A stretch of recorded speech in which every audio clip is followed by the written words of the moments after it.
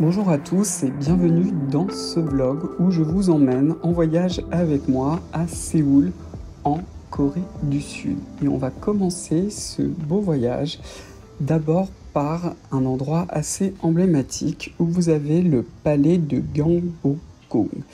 Et vous avez juste en face du palais une statue du roi Sejong Ier qui fait partie de la dynastie de Joseon, qui a été en fait l'inventeur de l'alphabet coréen, et parce que oui, c'est un alphabet. Et vous allez découvrir avec moi son palais. Alors personnellement, j'y suis allé de nombreuses fois, je pense que c'est peut-être la 3e ou la 4e fois dans ce palais, et comme bien souvent dans l'architecture asiatique, on va d'abord passer une première porte.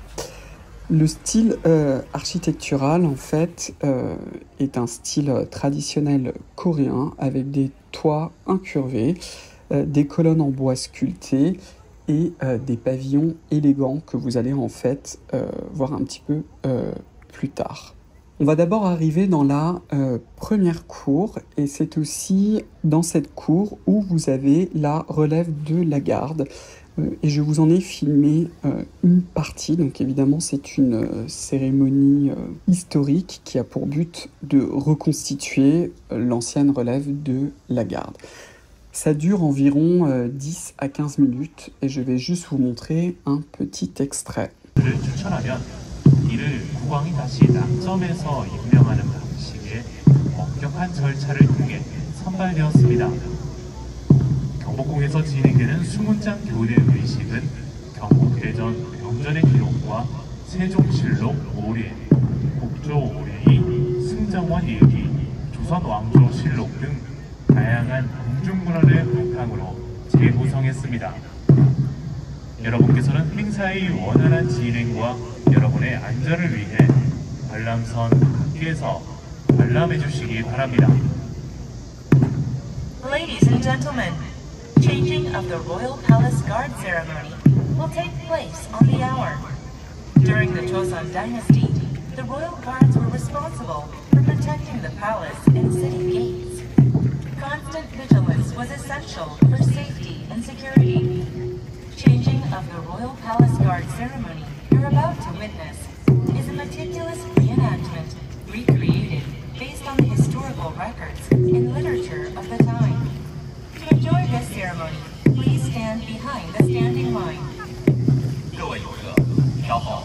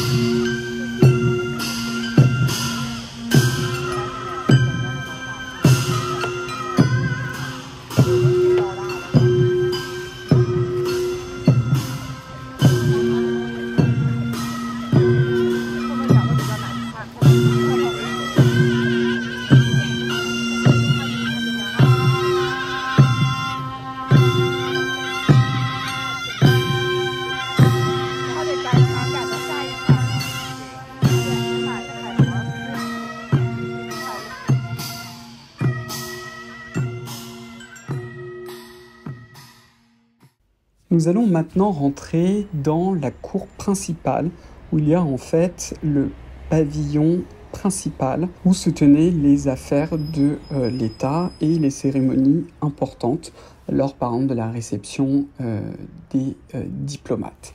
Alors vous allez voir qu'il y a beaucoup de Coréens et de Coréennes, mais également d'étrangers, qui sont habillés en costume d'époque, tout simplement parce que l'entrée est gratuite si vous vous habillez en costume d'époque et si vous avez envie de vous mettre dans l'ambiance. Alors malheureusement, ce palais a été détruit de multiples fois et a été entièrement reconstruit. Une des raisons, c'est parce que la Corée du Sud a été envahie par les Japonais.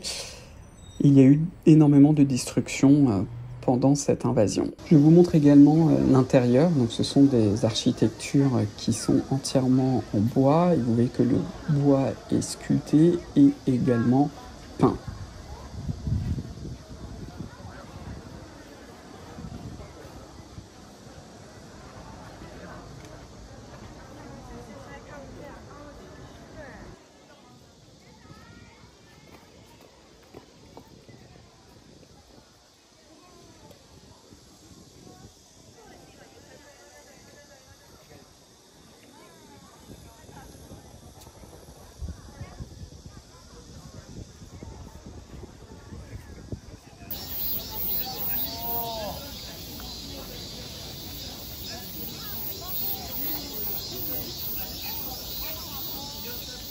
Ce palais est formé de plusieurs pavillons, dont un qui est assez emblématique que vous voyez juste ici, qui est sur un étang.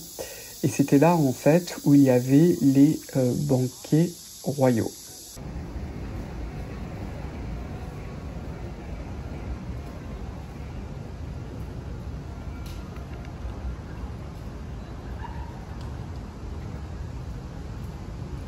Donc à côté du palais de Gyeongbokgung, il y a également un ancien village traditionnel qui a été entièrement restauré, qui s'appelle le village de Bokcheon-hanok. Et si jamais vous avez vu des photos et également des vidéos de Séoul, c'est très typique et très pittoresque, en particulier parce que ça fait partie en fait du vieux Séoul, où vous retrouvez des petites habitations qui cohabitent en fait avec le Séoul très moderne.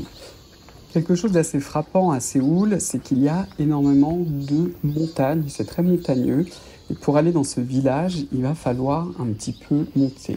C'est assez simple à faire, c'est assez accessible, et toutes les petites rues pour arriver jusqu'au village sont pleines de petites boutiques qui sont très sympathiques. J'y suis allé de nombreuses fois et j'ai décidé en fait d'emprunter un autre chemin que je n'avais jamais fait, et en fait je suis arrivé directement en haut de la rue la plus connue que vous voyez en ce moment.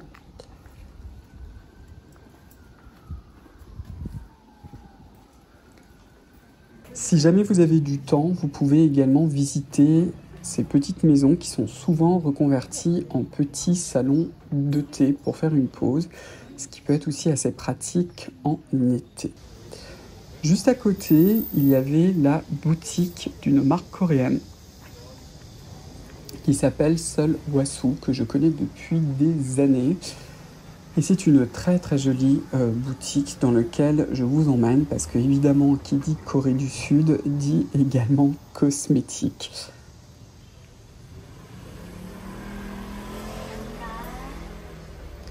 La marque Seul Wasu utilise beaucoup d'ingrédients traditionnels coréens, tels que le ginseng par exemple. Donc c'est pas forcément une marque de cosmétiques que je vais vous recommander, bien que j'ai acheté leur fond de teint en cushion et également une de leurs poudres. Et ils ont refait en fait tout leur packaging et je dois dire que la boutique est absolument splendide. Et si jamais vous achetez quelque chose, vous pouvez ensuite aller faire une petite pause à l'étage, ce que vous voyez en ce moment, où on vous offre une glace au ginseng qui, ma foi, était délicieuse.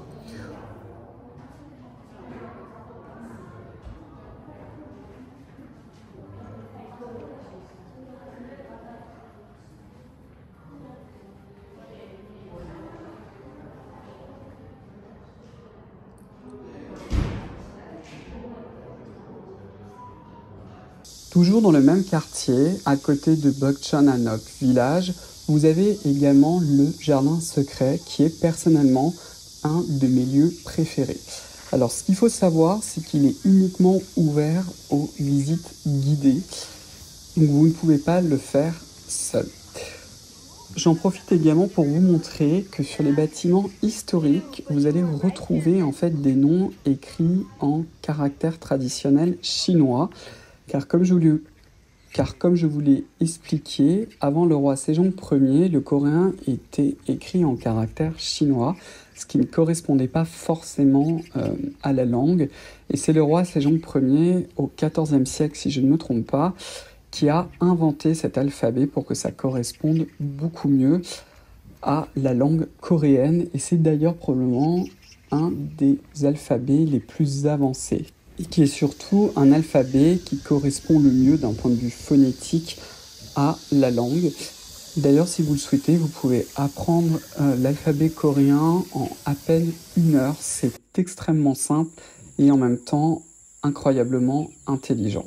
Je vais maintenant vous laisser découvrir plusieurs plans du jardin secret. Vous allez voir que c'est vraiment un endroit qui est très très poétique et également, je trouve, très serein.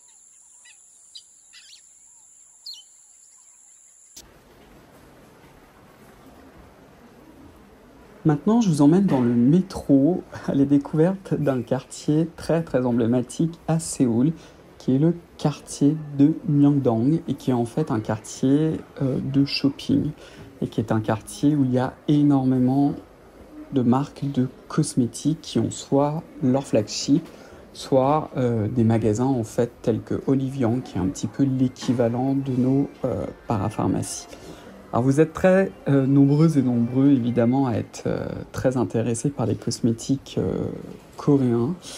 C'est aussi mon cas. Moi j'ai découvert les cosmétiques coréens la première fois en 2012 et c'était lors de mon premier voyage à Séoul. Et ensemble on va découvrir 2-3 produits. Dans une prochaine vidéo, je vais vous montrer ce que j'ai ramené.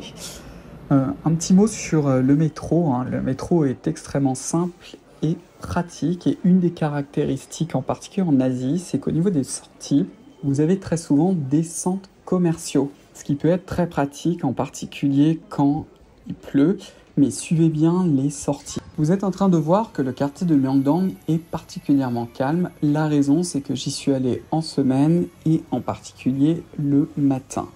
Si vous voulez vraiment découvrir l'ambiance de ce quartier, je vous conseille vivement d'y aller en fin de journée.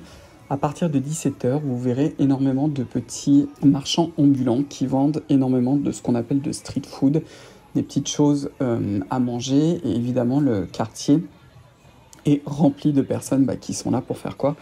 Pour faire du shopping. Vous allez découvrir énormément d'enseignes de cosmétiques, comme par exemple, là vous voyez The Sam. Vous allez aussi voir Nature République. Je ne sais plus si je vous ai filmé Innisfree. Ils ont aussi des boutiques comme celle-ci, All My Story, qui vendent plein de masques en tissu pour le visage de plein de marques différentes. Vous avez également Skin Food, Olika et bien évidemment Olivian. Et comme je vous l'ai expliqué, Olivian, qui est un petit peu l'équivalent de la parapharmacie, et je vais vous emmener à l'intérieur. Alors, il y en a plusieurs dans le quartier de Myeongdong, et c'est la même chose en fait avec les magasins de marque, Mais moi, je vous conseille quand même d'aller dans les plus grands. Donc là, par exemple, c'est le plus grand Olive Young. Et on va commencer avec cette marque Biodance, où ils sont très très connus pour un de leurs masques, où il est recommandé de le garder toute une nuit. Et ils en ont même 2 types. Je vais vous en parler un petit peu plus dans ma vidéo où je vous montre en fait qu'est-ce que j'ai ramené. Donc nous allons monter à l'étage où évidemment la folie des cosmétiques continue.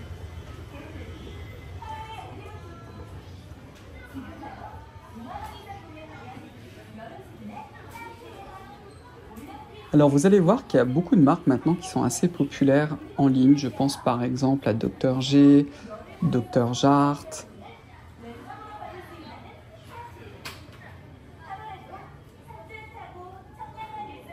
Habib,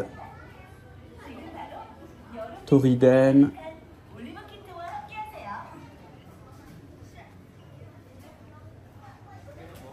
Numbunzin ou Numbunzen, je ne sais pas exactement comment ça se prononce, Skin Food, qui ont également d'ailleurs leur magasin, Biplane. Et ça, c'est quelque chose qui a changé, parce qu'il y a encore quelques années, les marques que vous retrouviez chez Olive Young n'étaient pas forcément connues à l'international, et ce n'est plus vraiment le cas.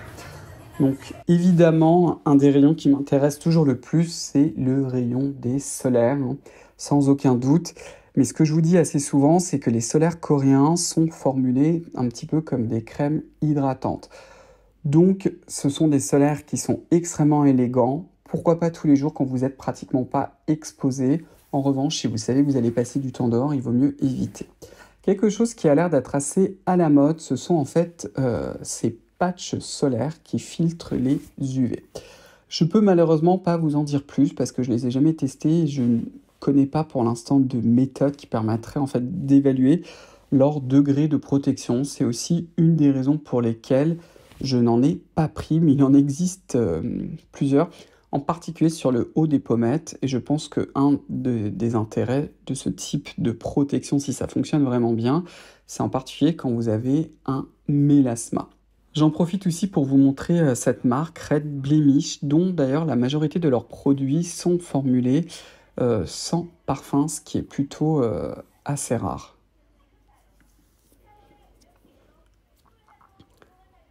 Alors, en Corée du Sud, et je pense que c'est ceux qui l'ont le plus démocratisé, ce sont évidemment les patchs contre les imperfections, pour aider à cicatriser la peau, les patchs avec des micro-dards, et également toutes sortes de patchs pour traiter par exemple les rides au niveau du front, du cou, pour essayer de raffermir l'ovale, le contour des yeux, etc.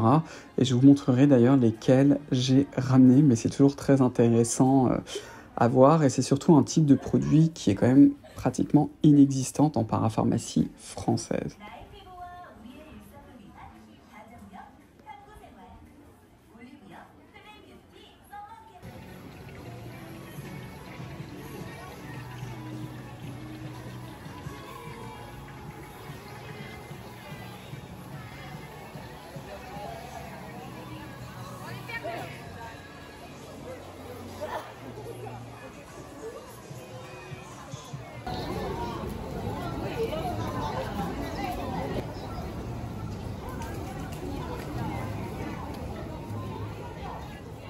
Je vais maintenant vous emmener dans le quartier d'Insadong à Séoul.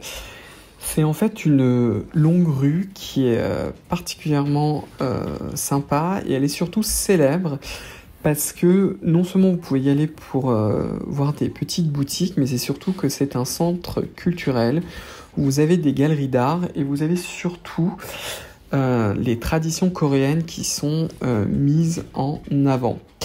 Donc c'est un endroit qui est très prisé par les locaux, mais également par les touristes. Et vous allez pouvoir aussi découvrir l'artisanat traditionnel, comme par exemple les céramiques, les peintures, des sculptures en bois.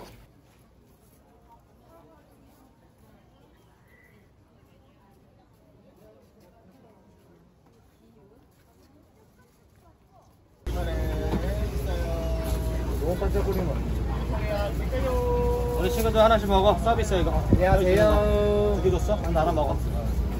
먹어봐. Where are you from? I'm French. Bonjour. Comment allez-vous? 코리안 파리바게트. 파리바게트. 파리바게트. 예, 세봉 세트. 얼리면서 맛있어요. Inside seven kind of lemon, almond, cacahuete, chocolate, and tropcha for 3 flavor. 가까이 오세요. 하나 One 드릴까요? bus, 10 우리 piece, 딸 만드는 거 8,000. 봤어요? Vous avez également des petites boutiques d'antiquités et vous avez surtout tout en haut de la rue des maisons de thé traditionnelles.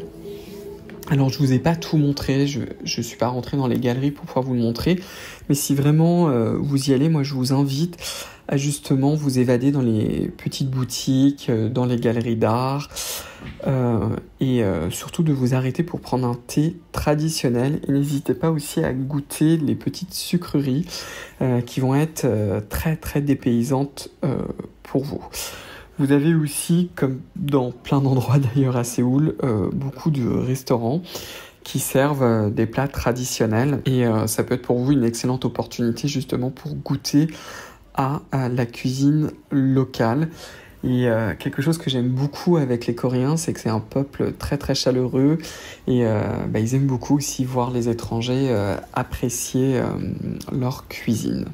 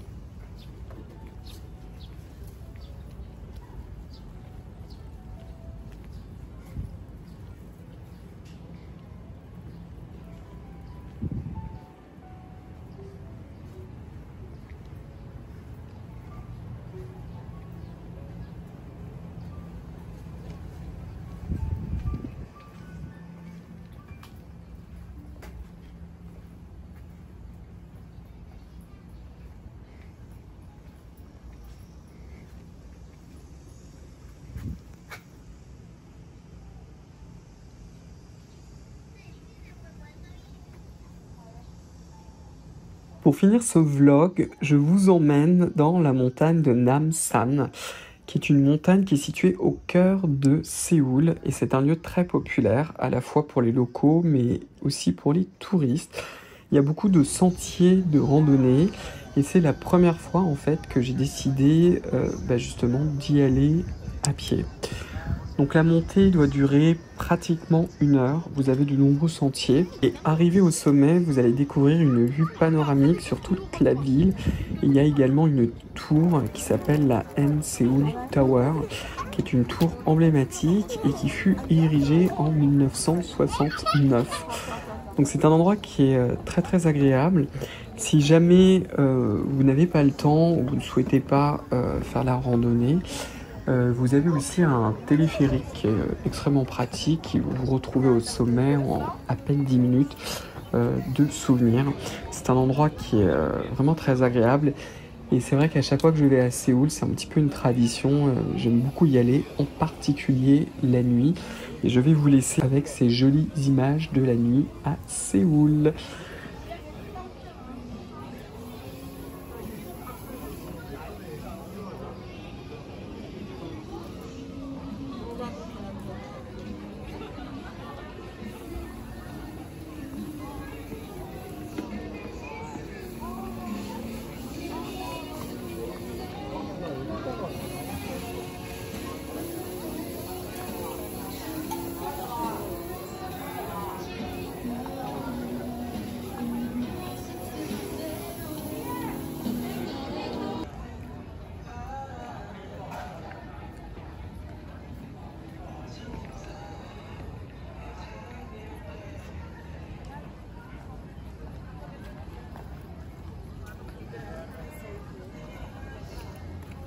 इधर भी जाते हुए देख सकते हैं, जाने का रास्ता तो इधर से है।